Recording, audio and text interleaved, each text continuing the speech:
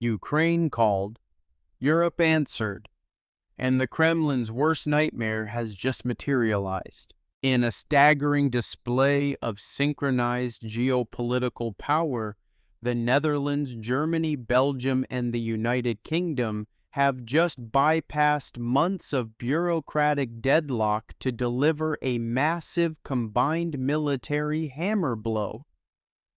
Ukrainian President Volodymyr Zelensky just walked away from the latest Ramstein format meeting with almost every single high-end strategic asset he requested. The message from Europe is no longer just about helping Ukraine survive. It is an explicit multi-billion-dollar mandate to fundamentally break the Russian war machine. For months, Western analysts warned of a grinding war of attrition.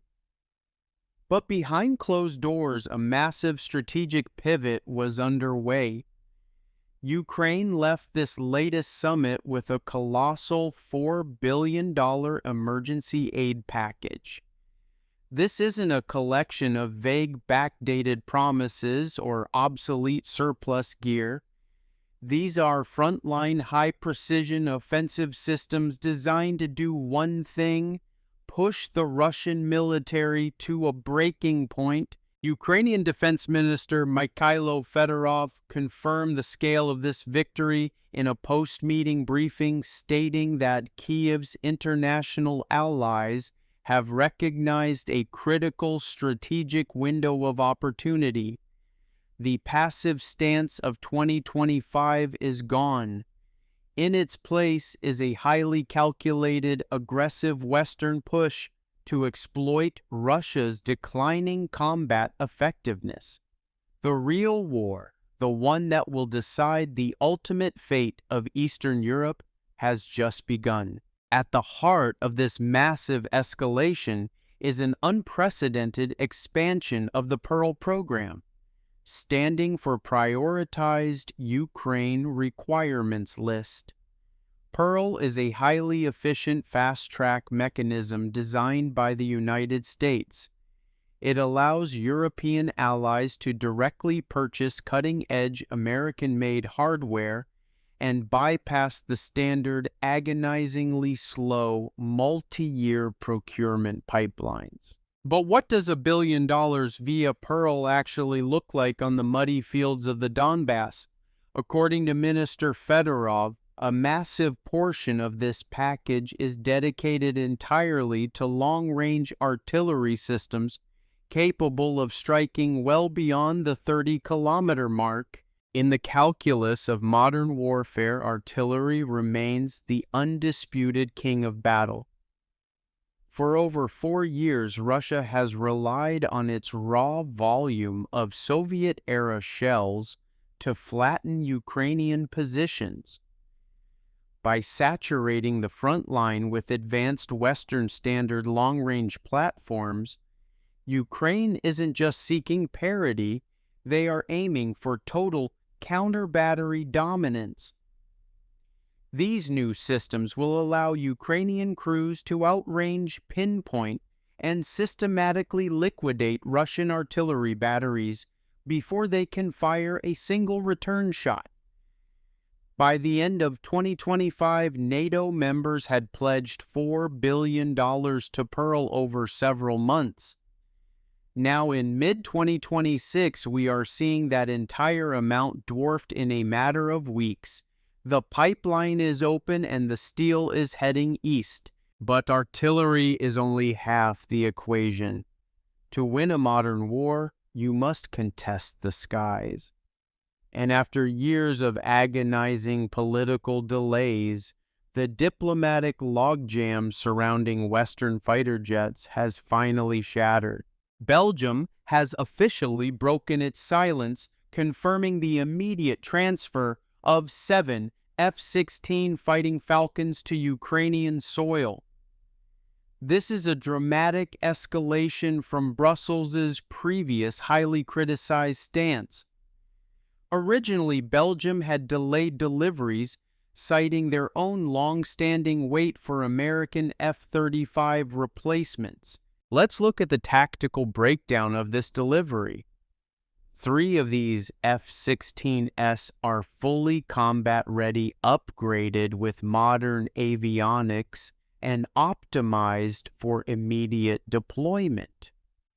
The remaining 4 aircraft are being sent to serve a grim but vital purpose. They will act as dedicated donor airframes. Ukrainian ground crews will strip them down to their bare components, harvesting scarce spare parts to keep Kyiv's rapidly expanding multinational F-16 fleet operational under intense combat flight hours. From a military analysis standpoint, this is a massive operational shift. For years, European nations hid behind logistical excuses.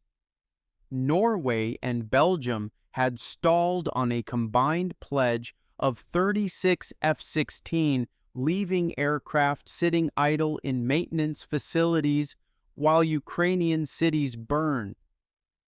By pushing past these delays, now Belgium is signaling to the rest of the alliance that the time for hesitation is over. These F-16s are not just symbolic gestures. Integrated with Western data links and advanced air-to-air missiles, they will fundamentally alter the air defense architecture over southern Ukraine, forcing Russian Sukhoi fighter bombers to launch their devastating glide bombs from much further back inside their own airspace. While Belgium secures the skies, Great Britain and Germany are combining forces to build an impenetrable kinetic shield over Ukraine's critical infrastructure. The United Kingdom has once again solidified its position as Kyiv's most aggressive European backer. Despite intense domestic political turmoil, including the high-profile resignation of Defense Secretary John Healey and fierce debates over the UK's own military budget, London has refused to blink. The UK has unveiled a massive £852 million security package. The composition of this package is highly unorthodox and brilliant. It is funded entirely by the frozen yields of seized Russian state assets. In essence, Vladimir Putin is paying for his own military's destruction.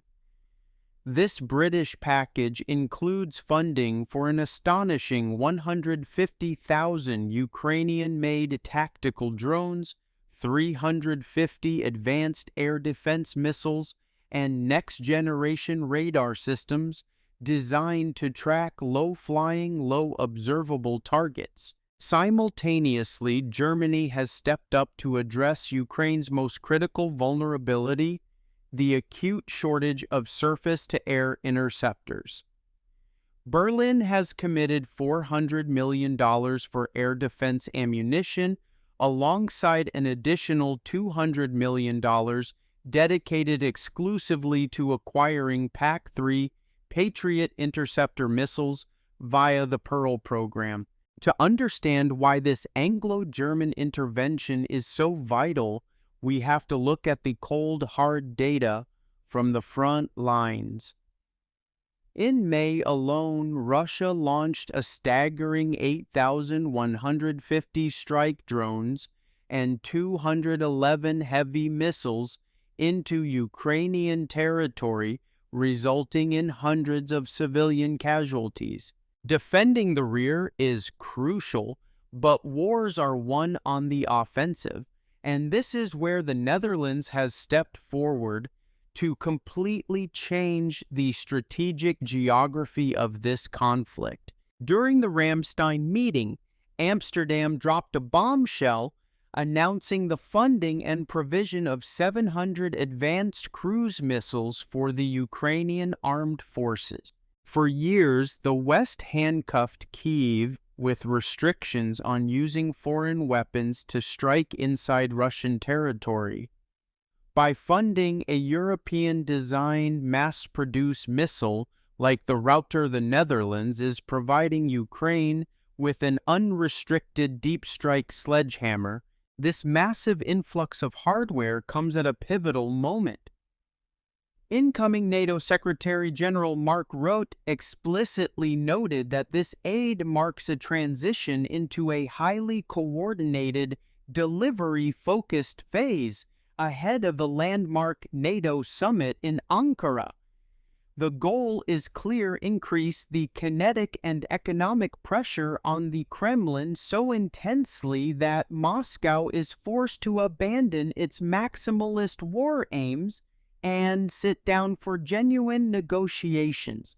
According to verified reports from the Institute for the Study of War, Ukrainian forces have engaged in highly intelligent asymmetric counterattacks, successfully liberating over 600 square kilometers of territory since the start of the year. For 2 consecutive months, Ukraine has reclaimed more net territory than the Russian army managed to capture at a massive cost in human lives. How is Ukraine pulling this off? The answer lies in their highly systematic mid-range strike campaign. Ukrainian forces are not throwing waves of infantry against fortified lines. Instead, they are using long-range fires to systematically isolate key battlefields. Look at Crimea. Ukrainian forces have repeatedly struck the critical bridges and rail networks connecting Kherson Oblast to the occupied peninsula. They are choking off the flow of fuel, ammunition, and fresh troops. Roads in the occupied south have effectively become no-go zones for Russian transport.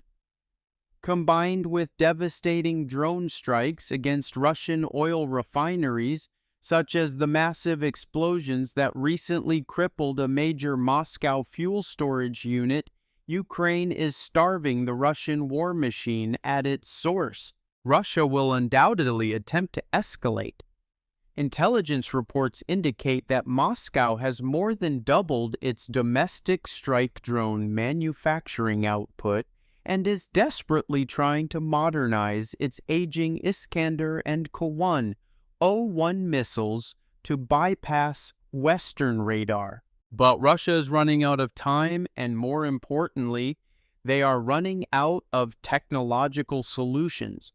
The $4 billion delivered by Europe's coalition of the willing isn't just a band-aid, it is an entirely new engine for the Ukrainian military. With advanced Anglo-German air shields protecting the rear Belgian F-16, contesting the skies, and hundreds of Dutch-funded Router cruise missiles ready to rain fire on Russian logistics, the strategic initiative has firmly shifted. The West has finally stopped playing defense. They have given Ukraine the tools, the technology, and the green light. Now the real war begins. If you want to stay ahead of the curve on the tactical shifts shaping global conflict, make sure to hit that subscribe button right now. Don't miss our next deep dive into the weapons and strategies changing the face of modern warfare.